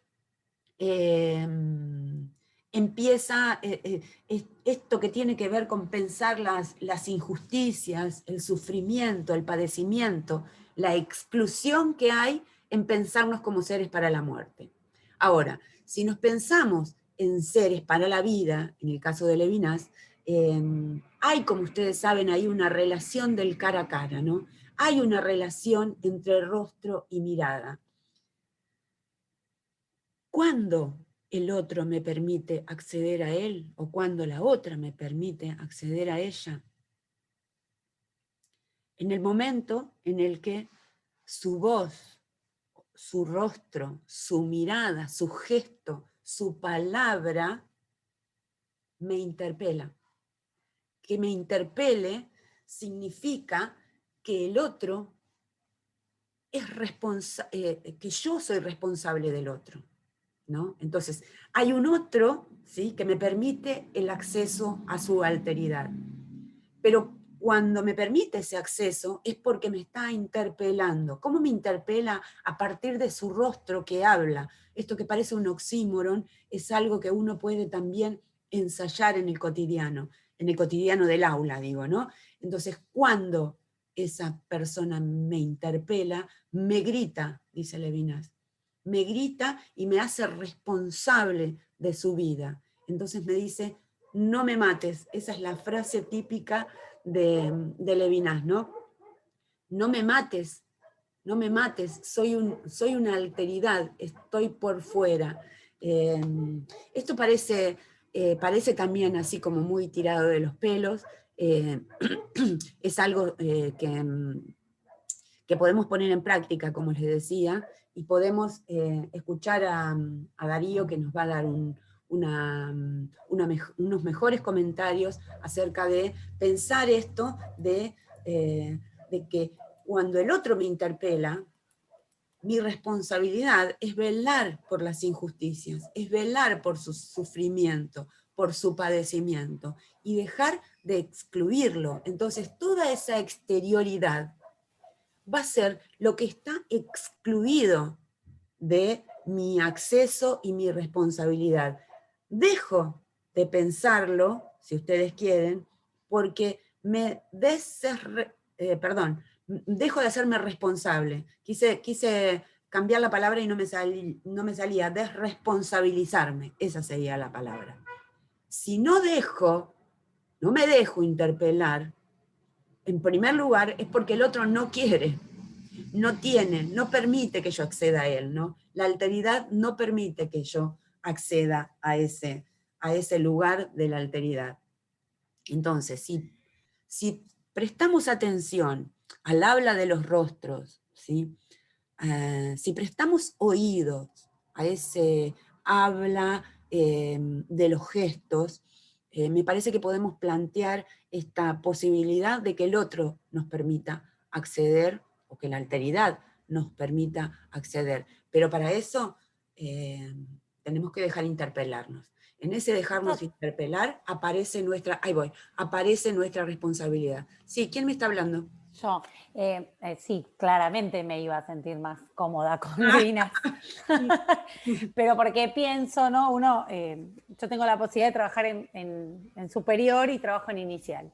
Y esta interpelación a través de, digamos, cómo me construyo, me constituyo como docente, viene de ahí, de encontrar ese rostro, esa cara que me está pidiendo otra nueva explicación porque no entendí, y quizá no es, en jardín me levantó la mano y me dijo, no entendí, ¿no? Es como que hay otra constitución corporal que me está pidiendo algo y que me hace a mí entonces ser otro tipo de docente. No sé, me parece que, digamos, sí, claramente esto porque me parece que va también con la empatía, con otras palabras que podríamos agregarle y que hacen a digamos, sigo yendo a esta imagen que puse en la primera imagen, ¿no? Digo, de esta educación, si queremos que cambie, debería como parecer esto como más cotidiano, qué sé yo. Digamos, me parece que por eso yo estoy convencida de quién somos. O sea, si a mí me tratan con cariño, seguramente me constituyo una persona más cariñosa. Si a mí no, es como que es lo que recibo y no tanto lo que brindo. Y lo que yo brinde constituirá a un otro. Digamos, es como que la veo más como por ahí. Qué sé yo. Me salió a decir todo esto. Ya voy, Silvia. De todas maneras, Dani, y digo para el resto, la ética de Levinas va mucho más allá de una cuestión empática, ¿sí? Porque uno cuando dice empático dice ponerse en el lugar del otro. Yo no me puedo poner en el lugar del otro. Porque si el otro no me permite acceder, cuando el otro me interpela, como decís vos, con los rostros, con las miradas, me levanta la mano, como me mira así en sentido de que no entiendo, o cuando menciona alguna palabra como para provocar una ruptura, ¿no? Para que se trastoque algo de lo que pasa en esa actividad del aula, de algún modo es porque me está interpelando y me está pidiendo a gritos intervención desde ese lugar, ¿no? Entonces va mucho más allá de la empatía. No es ponerme en el lugar del otro, porque no me puedo poner en tu lugar. No, tal cual, lo dije empática en el sentido de esto, de estar como, sí, no sé si era empatía, pero es esto de por ahí, el estar ahí, digamos, ¿no? Como el estar en cuerpo presente y en mis sentidos y en lo que sucede ahí. Digamos, a veces pasa, o quizás charlando, por ahí pensando en un montón de escenas, muchas veces estoy acá y a la vez no estoy. Y cuando no estoy, todo eso no pasa. Digamos, si yo no estoy con todo mi ser ahí, no va a suceder nada de todo esto. Digamos, si yo voy a dar mi clase y me fui, di mi clase, fui, estuve presente y demás, pero seguramente toda esta constitución de la otredad no va a pasar, porque no estoy pensando en que me pase. Digamos, también hay una cierta predisposición para que esto suceda. Digamos, para poder recibir a la otredad, si no estoy predispuesto, tampoco me parece que me va a afectar. Y también va a tener que ver en cómo fui, lo que me pasó para ser así, digamos. Que no siempre es que te hayan tratado con cariño, puede que te hayan tratado muy mal y que hayas querido revertir esa situación, ¿no? Totalmente. Entonces, esto que de algún modo tiene mucho que ver con algo psicológico, no con algo psicológico, sino con algo más bien psicoanalítico. Esto hay que tenerlo bien presente, ¿no? El psicoanálisis es una teoría hermenéutica, si ustedes quieren, ¿no? Porque nos explica algunos comportamientos humanos a partir de mitos, ¿no? Ustedes saben, el complejo de Edipo, ¿no? Y tantos otros. Entonces, comprende esa constitución de mi conciencia, o de lo que esconde mi conciencia, a partir de narrar un mito, si ustedes quieren. En ese sentido, digo, el psicoanálisis va mucho más allá de una corriente psicológica. No quiero desmerecer la psicología, sino que estoy diciendo que en sentido filosófico, el psicoanálisis tiene mucho que ver, porque Freud es uno de los grandes sospechadores, ¿no? Es un gran crítico de la cultura y de cómo es esto de ser un humano. Entonces, desde ese lugar, esa sospecha que tiene acerca de la cultura es bien importante para pensar esto del acceso a la alteridad, aunque sea yoica también, ¿no? La teoría freudiana. Es yoica, pero nos permite ver en cómo pensarnos en esto de lo subjetivo, lo objetivo y lo absoluto, si ustedes quieren, ¿no? De los que les hablaba antes. Silvia, ¿quería decir algo? Sí, profe. Yo lo que veo que la gran contradicción, si se quiere, está en que, aunque son teorías, obviamente, como estamos hablando,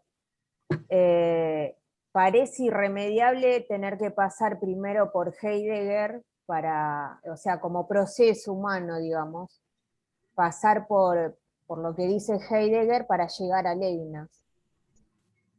Como que esa angustia y ese miedo por la muerte nos lleva al padecimiento, al sufrimiento, y eso nos da esa mirada de injusticia que tenemos del mundo,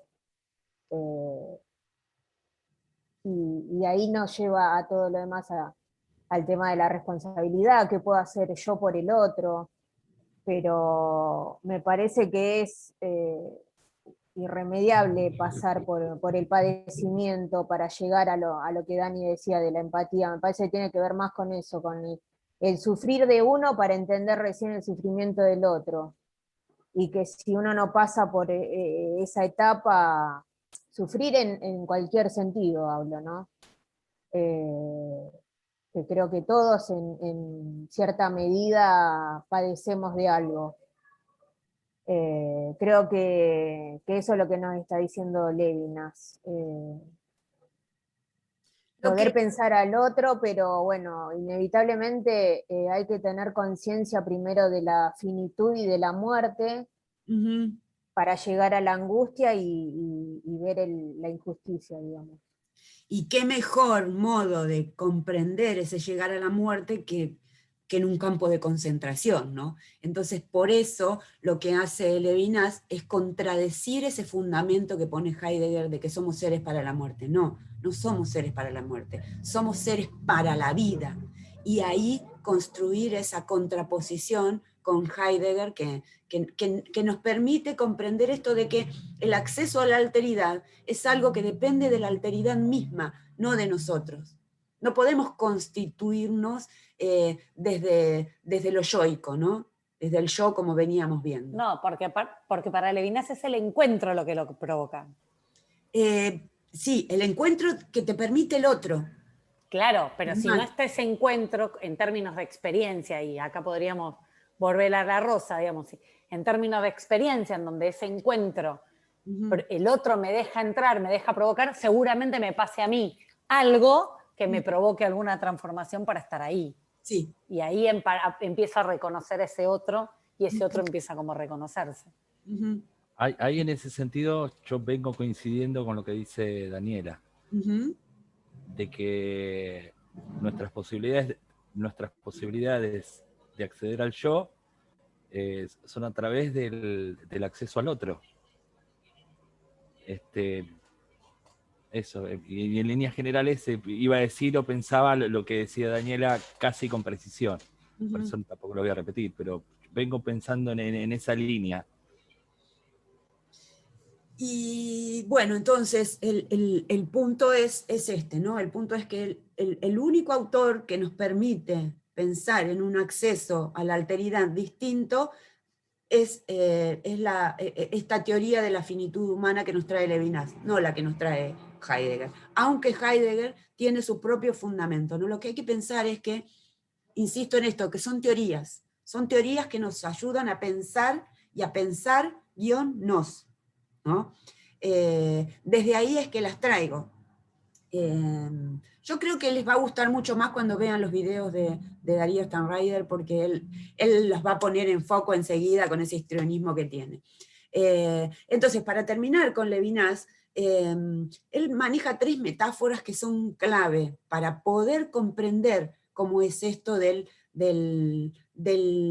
miedo a la muerte, pero también la necesidad de vivir. Yo quiero vivir, te dice el otro, ¿no? Entonces, esas metáforas van a estar puestas en los ejemplos que va a poner en la viuda, el huérfano y el extranjero, ¿sí? Hay ahí en la viuda, imagínense que está hablando de un tiempo en que la viuda quedaba sola, totalmente desolada, que no tenía quien la acompañe, que no tenía quien le ayude a darle de comer a sus crías. Entonces, desde ese lugar piensa en la viuda como alguien que está totalmente en la exterioridad más radical, ¿no? Está sola con sus crías y no sabe cómo va a poder hacerlo. Entonces es una figura fundamental para comprender esto de la exterioridad, de lo que está afuera, ¿no? Y el huérfano obviamente es básicamente el mismo caso que el de la viuda, ¿no? Porque de algún modo no tiene morada, no tiene forma de que alguien lo acoja, no tiene amparo, está totalmente desamparado o desamparada, ¿no? Entonces, es la figura que de algún modo nos puede mostrar esta radicalidad que tiene que ver con la exterioridad, ¿no?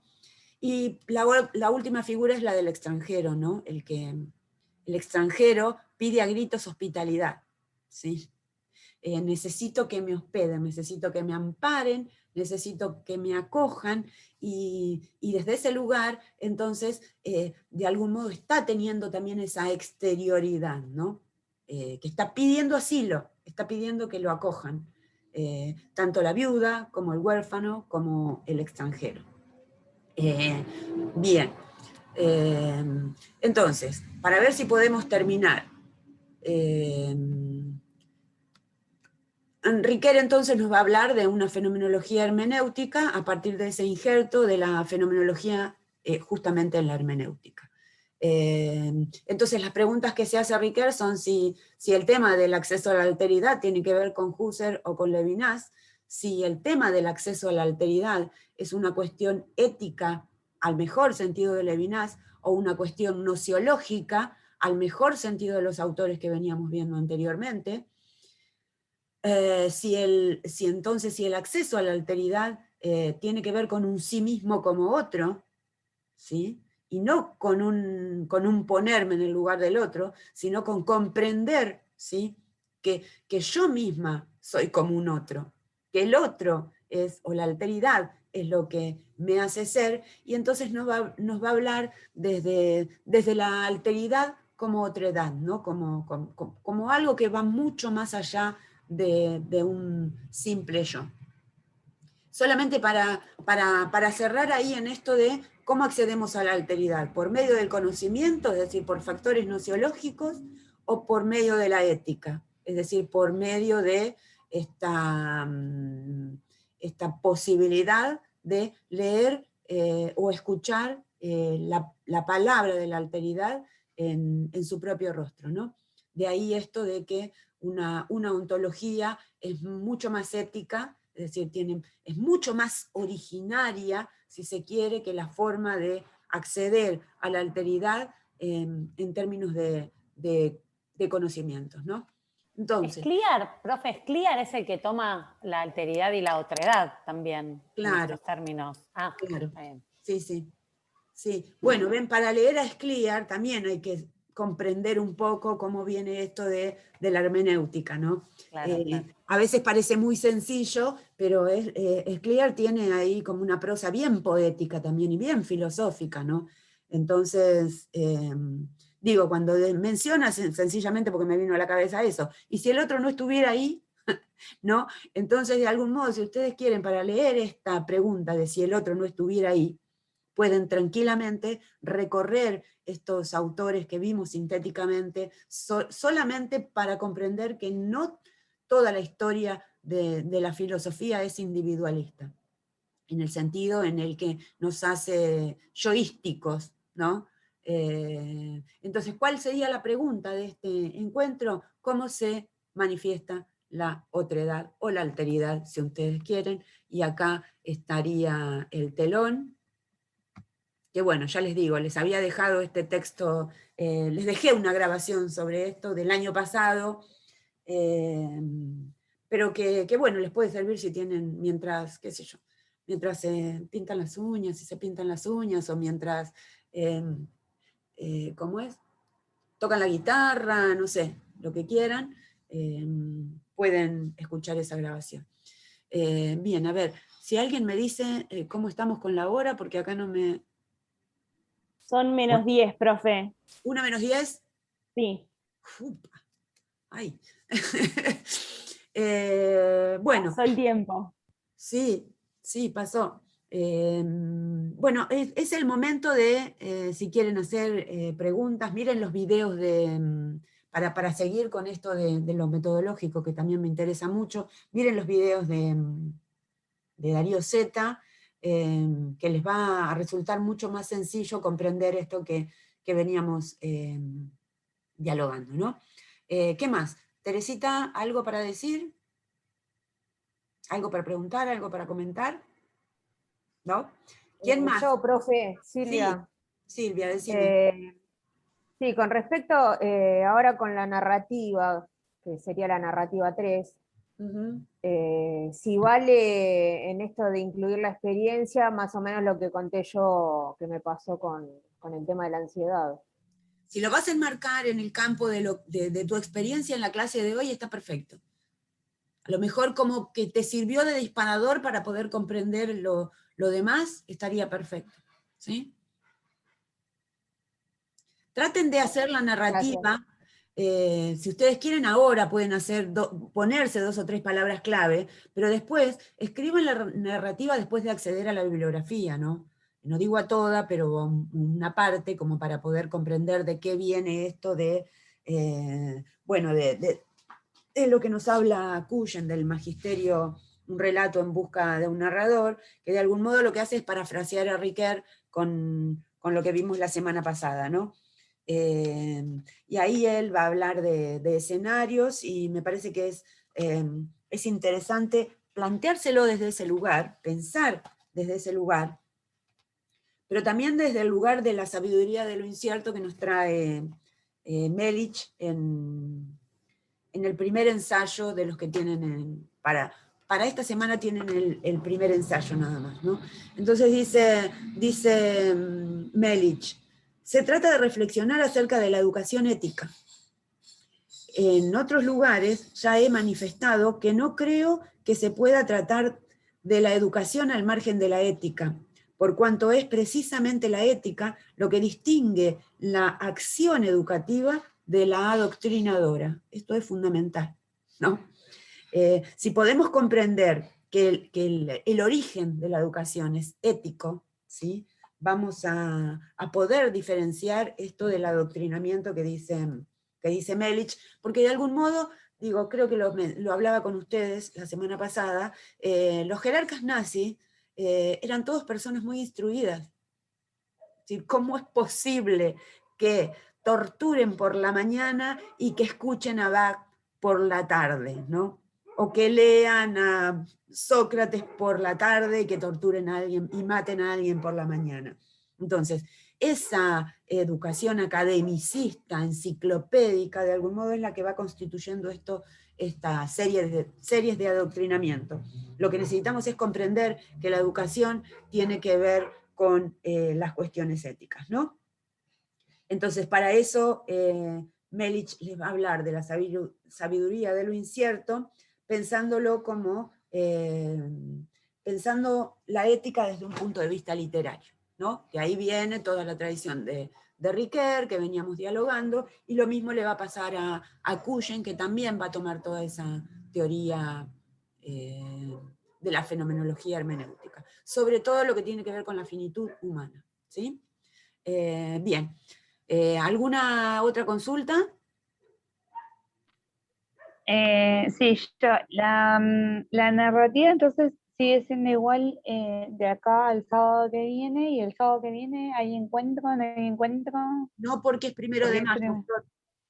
Es feriado. Está bien. Así que Está bien. lo que voy a hacer es dejarle un video después para que puedan tener una síntesis, si ustedes quieren, de estos 3 encuentros, porque cerramos la unidad 1. Entonces me parece que vale eso. La semana que viene les dejo un video en el que podamos cerrar estos 3 encuentros, ¿sí? ¿Quién más? Yo una más. ¿Tiene algún lugar el concepto de tolerancia en todo esto que venimos hablando? Porque por ahí recuerdo a Voltaire hablando de esto de también comprender al otro, sobre todo con la religión, ¿no? Que era de la problemática de la época. Mira, el tema de la tolerancia es un tema bien bíblico, si querés, y que con el transcurso del tiempo, si vos buscas en el diccionario, tolerar es esperar a que el otro sea como yo. Y entonces no tiene cabida en la ética levinasiana, ¿no? Si querés puede tener cabida en alguna otra ética, pero no en la levinasiana. No existe la tolerancia porque a ver, yo no puedo pensar en tolerar a otro que no me está permitiendo acceder, que se resiste a que yo acceda a su alteridad, ¿no? Entonces, claro, por eso yo cuando dijiste esto de la resistencia del otro a que yo pueda intervenir, por eso recordé el tema de la tolerancia. no figura demasiado en mi lenguaje el tema de la tolerancia por esa misma razón, ¿no? Porque yo no soy quien para tolerar a alguien, en el sentido de que no soy quien para decir cuándo se pone a mi altura, ¿no? Eso nada más. ¿Quién más? ¿Qué tal? Cuando estaba hablando ahora de Cuyen, yo recuerdo haber leído un texto en donde él hablaba de esto de la infancia que interpela, ¿no? Y creo que tiene que ver con esto, bueno, de fijarse en el otro, pero en el otro que es un niño, ¿no? Que en otros momentos quizás no se le daba el lugar. Y bueno, ahora tratamos de observarlo, de mirarlo y de que pueda expresarse. Y creo que tiene que ver con esto, ¿no? De ver al otro y de darle su lugar. Es un texto que yo había leído en otra materia, pero no sé si... Cintia, me parece bien importante lo que estás diciendo, porque en realidad esas son una de las confusiones para comprender lo que dice Cuyen. Infancia está tomado en su sentido etimológico. Infancia es el que no tiene voz, el que no habla. No está pensando en los chiquilines, en les peques, sino que está pensando en aquel que no tiene voz, sea peque o sea viejo o sea vieja, ¿sí?